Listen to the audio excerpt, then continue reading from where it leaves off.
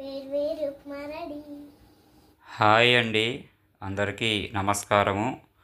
గోధుమ నూక ఉప్మా ఏ విధంగా చేయాలో ఈరోజు తెలుసుకుందాము. ముందుగా ఆవాలు, మినపగుళ్ళు, శనగపప్పు వేసుకోవాలి. తర్వాత జీడిపప్పు వేసుకుని బాగా వేయించాలి. తర్వాత కొద్దిగా కరివేపాకు వేసుకుని వేయించాలి.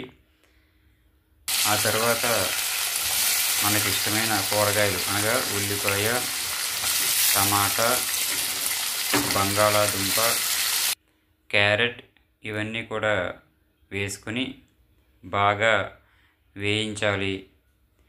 వేయించిన తరువాత ఉప్మాకి కావలసిన గోధుమ నూక తీసుకోవాలి.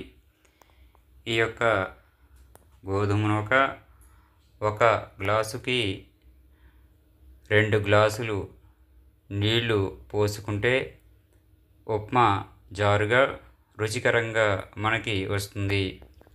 మనం వేసిన ఈ యొక్క కూరగాయలు బాగా వేగే వరకు ఉంచాలి.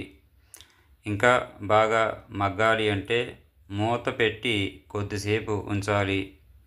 తరువాత ముక్కలు వేగిన తర్వాత అందులో ఇందాక చెప్పిన విధంగా 1 గ్లాసు నూకకి 2 గ్లాసులు నీళ్లు పోసి మూత పెట్టాలి.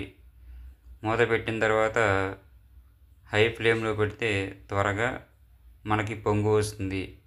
తర్వాత నేనైతే 2 గ్లాసులు నీళ్లు పోసాను. 1 గ్లాసు నూక వేసి బాగా కలియబెట్టాలి, అనగా ఉండలు లేకుండా కలియబెట్టాలి. ఇలా కలియబెట్టిన తర్వాత సిమ్లో పెడితే బాగా ఉప్మా మగ్గుతుంది. అదేవిధంగా మధ్యలో సాల్ట్ వేసుకోవాలి. ఈ సాల్ట్ రుచికి తగ్గట్టుగా వేసుకుంటే రుచి మనకి అనుకూలంగా ఉంటుంది. అదేవిధంగా ఇందులో నిమ్మకాయ పిండుకోవచ్చు, లేదా ఆవకాయ వంటి వాటితో మనం తింటే చాలా రుచికరంగా ఈ యొక్క ఉప్మా వస్తుంది. మీ ఇంట్లో కూడా మీరు ఒకసారి ఈ ఉప్మాని ప్రయత్నించండి, చాలా రుచికరంగా ఉంటుంది. వేడి వేడి ఉప్మా రెడీ.